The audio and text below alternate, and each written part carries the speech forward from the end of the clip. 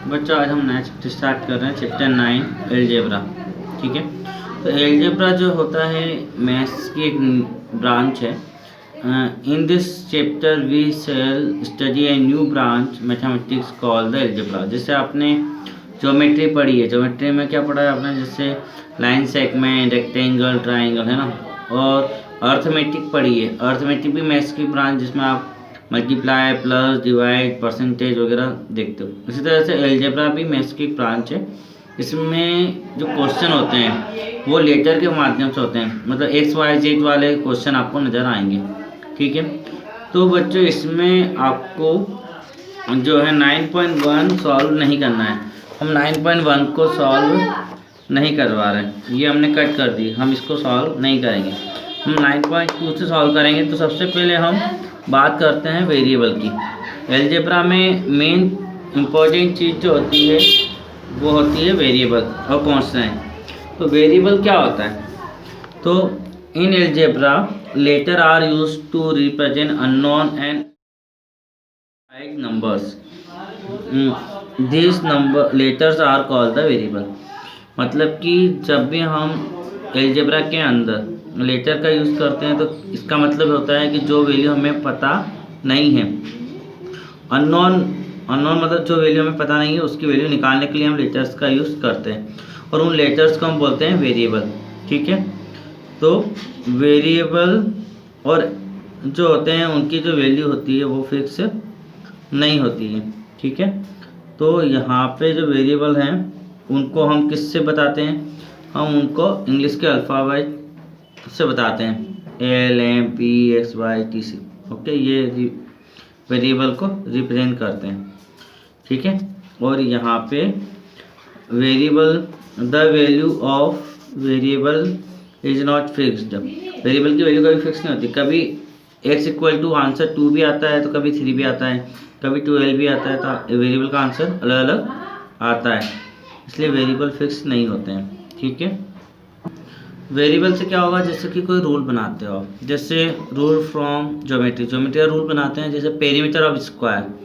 अब आपको स्क्वायर बना दिया, अब स्क्वायर कितने सेंटीमीटर का साइड है वो आपको पता नहीं है ना, तो आपने उसको क्या माना, उसको आपने वेरिएबल मान लिया कि मान लीजिए कि साइड जो है वो है एल यूनिट की है ना। तो एल और स्क्वायर में क्या होता है, ऑल साइड इक्वल होती है ना, तो एल और एल, मतलब कि पेरीमीटर ऑफ स्क्वायर क्या होगा, सम ऑफ ऑल साइड, है ना। और साइड कितनी होती है 4, मतलब L plus L plus L plus L 4 time, तो क्या हो गया 4L 4 मल्टीप्लाई एल, तो इसलिए 4L जो हुआ वो क्या हुआ, फार्मूला हो गया किसका, पेरीमीटर ऑफ स्क्वायर। मतलब एल मीन्स क्या, साइड। आप लिखते हो ना, आपको हमने पिछले चैप्टर में बताया था कि पेरीमीटर ऑफ स्क्वायर का फार्मूला क्या होता है, 4 इंटू साइड। तो साइड को क्या मान लिया, एल मान लिया, तो फार्मूला हुआ 4L। तो इस तरह से वेरिएबल जो होती है, अननोन जो वैल्यू होती है जिसको हमें पता नहीं होती है, उसको हम लेकर रूल बना सकते हैं। ठीक है, इस तरह से रेक्टेंगल, अब रेक्टेंगल में भी अगर हमें कोई चीज़ पता नहीं है तो हम उसको क्या मानते हैं, एक्स और वाई मानते हैं, या एल और बी भी मान सकते हैं। तो यहाँ पे ए बी सी डी है, ये एल है, एल मतलब लेंथ, बी मतलब ब्रीथ। अब पेरीमीटर ऑफ रेक्टेंगल का अगर आपको फार्मूला बनाना है तो फार्मूला बनाने से पहले आप क्या करोगे, एक फार्मूला तो हम जानते हैं कि पेरीमीटर क्या होता है, सम ऑफ ऑल साइड, है ना। मतलब कि L plus B plus L plus B, क्योंकि एल फिर बी और फिर ए अपोजिट साइड इक्वल होती है, तो ये भी एल है, ऊपर का भी एल है और इसके सामने बी के सामने का भी बी है, तो एल बी। अब यहाँ पे एल को आगे लेके आ गए, बी को पीछे ले गए, तो 2 time L 2L plus 2B, तो 2 कॉमन ले लिया। जब 2 बाहर ले लिया तो हमारा ब्रैकेट के अंदर बचा L प्लस बी, मतलब फार्मूला क्या बन गया आपका, 2 मल्टीप्लाई लेंथ प्लस ब्रीथ। तो वहाँ पे आपने वेरिएबल का यूज़ करके ही फार्मूला बनाया। तो इस तरीके से हम क्या करते हैं, वेरिएबल का यूज़ करके फार्मूले बनाकर हम सॉल्व करते हैं। ठीक है बच्चों, अब हम आगे बढ़ते हैं। अब हम एलजेब्रा के अंदर एल्जेब्रिक एक्सप्रेशन पढ़ेंगे, उससे पहले वेरिएबल एंड कांस्टेंट पढ़ेंगे। तो कांस्टेंट और वेरिएबल क्या होते हैं ये हम 7th की बुक से बता रहे हैं आपको। ठीक है, तो वेरिएबल हमने अभी देखा भी था 6 की बुक के अकॉर्डिंग, वही चीज़ यहाँ पर शॉर्ट फॉर्म में दे रखी है। A symbol which can take various numerical value is called at variable or literal. मतलब एक ऐसा सिंबल कौन सा भी हो सकता है, A B C X Y Z, कुछ भी अल्फ़ाबेट हो सकते हैं, जो वेरियस न्यूमेरिकल वैल्यू, जिसकी वैल्यू अलग अलग आ सकती है। एक्स की वैल्यू कभी 1 आती है, कभी 10 आती है, तो अलग अलग वैल्यू, मतलब नॉट फिक्स वैल्यू। हमने पिछली बार बात की थी, नॉट फिक्स वैल्यू जो होती है वो किसकी होती है, वेरिएबल। मतलब कि वेरियस वैल्यू आ सकती है, कुछ भी आ सकता है, तो वो वेरिएबल कहलाते हैं। और वेरिएबल को रिप्रेजेंट करते हैं हम A B C small alphabet से, है ना, और इनको हम लिटरल भी बोलते हैं। अब दूसरा होता है कांस्टेंट। कांस्टेंट क्या होते हैं, जिनकी वैल्यू फिक्स होती है। A symbol with fixed value numerical value, मतलब अगर आपका कहीं पे 1 लिखा है तो 1 लिखना है, -10 तो -10, 2/3 2/3, 1.2 भी आ सकता है, डेसिमल में भी आ सकता है। तो कोई भी नंबर जो होगा वो कांस्टेंट होगा, ठीक है। अब जब आपको वेरिएबल और कांस्टेंट पता है तो इन दोनों को प्लस माइनस इंटू डिवाइड करके क्या बनता है, अलजेब्रिक एक्सप्रेशन बनता है। तो उसकी डेफिनेशन हम 7th और 6th दोनों की बुक से देखेंगे, ठीक है।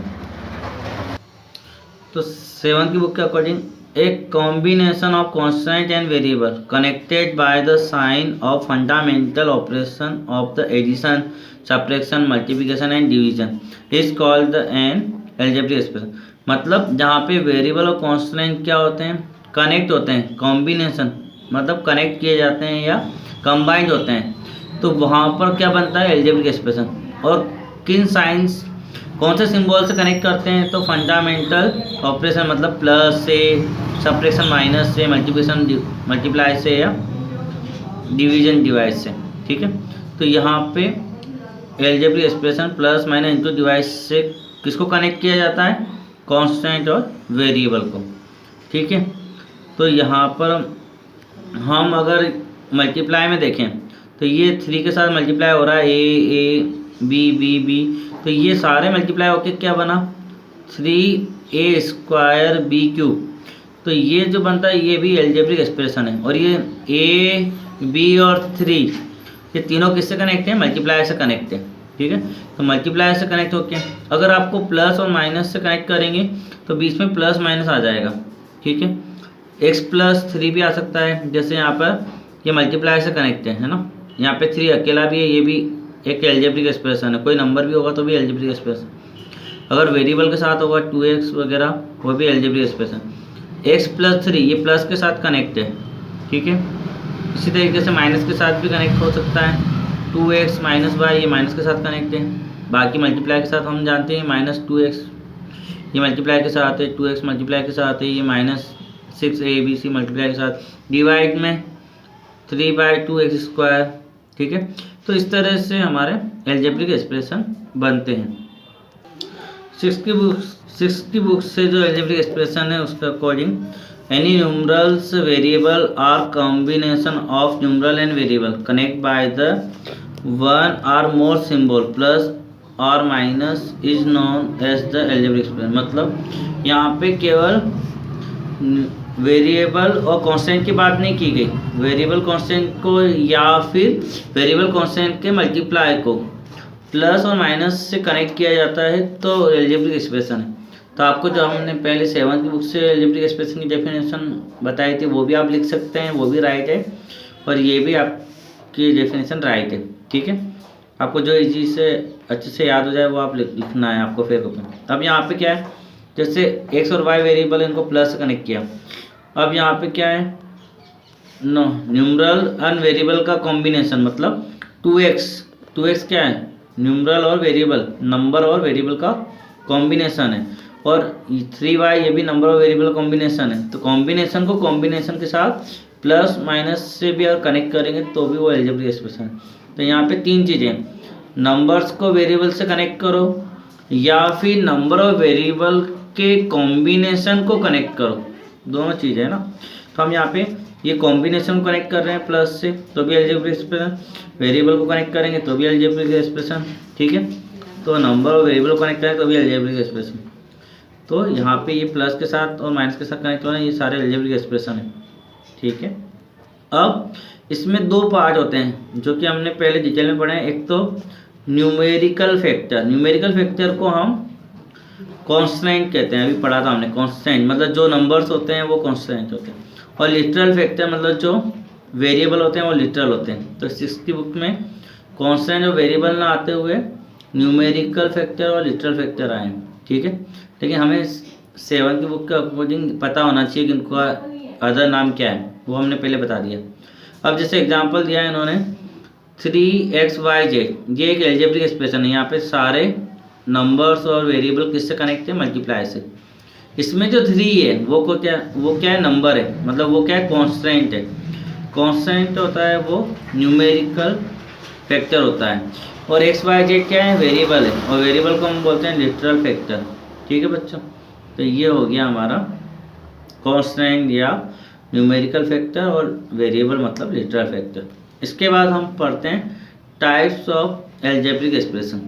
तो types of algebraic expression 7th और 6th में एक जैसा है, तो हम 6th की बुक से ही देखते हैं। अगर आपके पास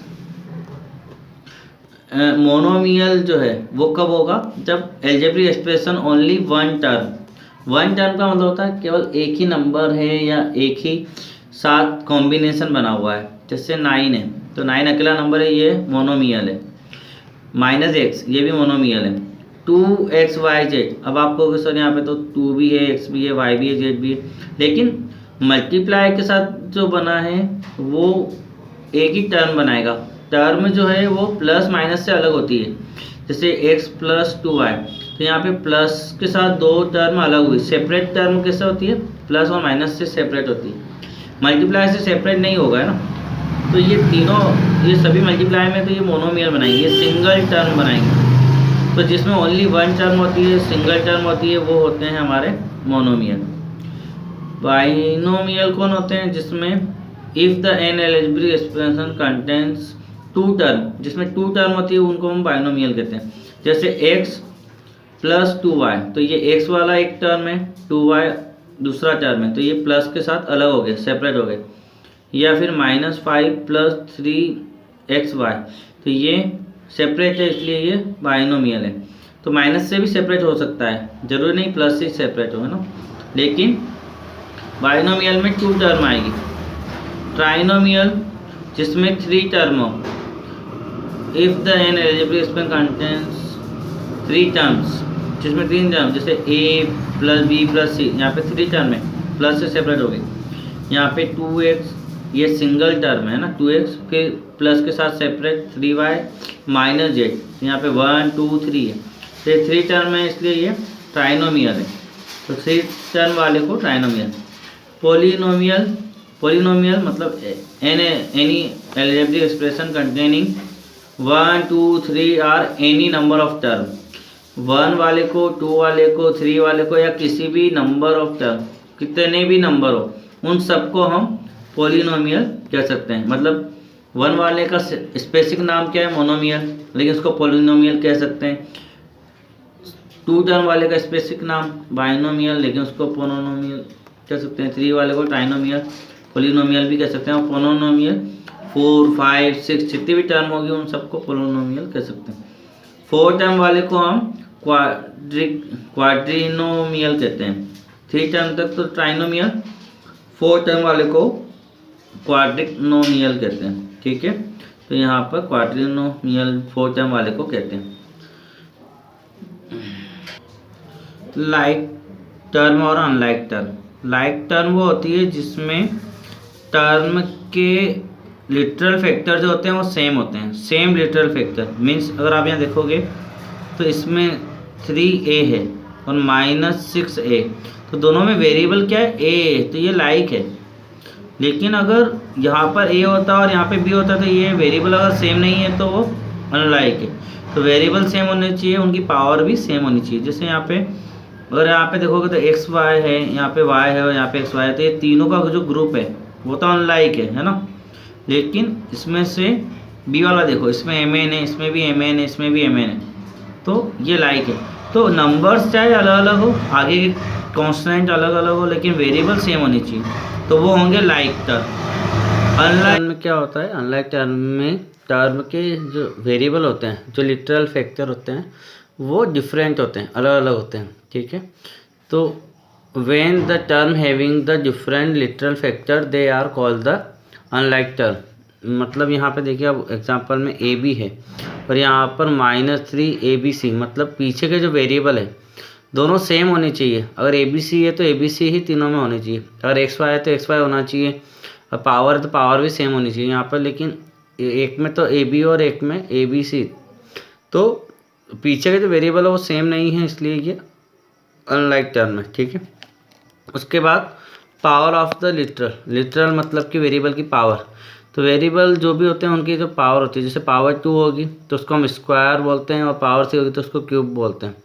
तो वेरिएबल की जब पावर होती है तो उसके ऊपर पावर को तो हम लिखते हैं एक्सपोनेंट, मतलब पावर को क्या बोला जाता है, एक्सपोनेंट बोला जाता है, ठीक है। लेकिन रीड उसको पावर किया जाता है, और नीचे का जो होता है उसको क्या बोलते हैं, बेस। तो यहाँ पर बेस कौन सा है आपको पता होना चाहिए, ए स्क्वायर का बेस ए है और 2 इज द एक्सपोनेंट, ठीक है। तो एक्सपोनेंट ऑफ पावर आपको पता होनी चाहिए। जैसे कि यहाँ पर सी क्यूब है, तो सी जो है वो तो बेस हो गया, तो c is the base and 3 is the exponent, मतलब ऊपर जो लिखा है वो एक्सपोनेंट कहलाता है। उसको पढ़ा जरूर पावर जाता है, लेकिन उसको लिखते हैं एक्सपोनेंट। तो ये हो गया।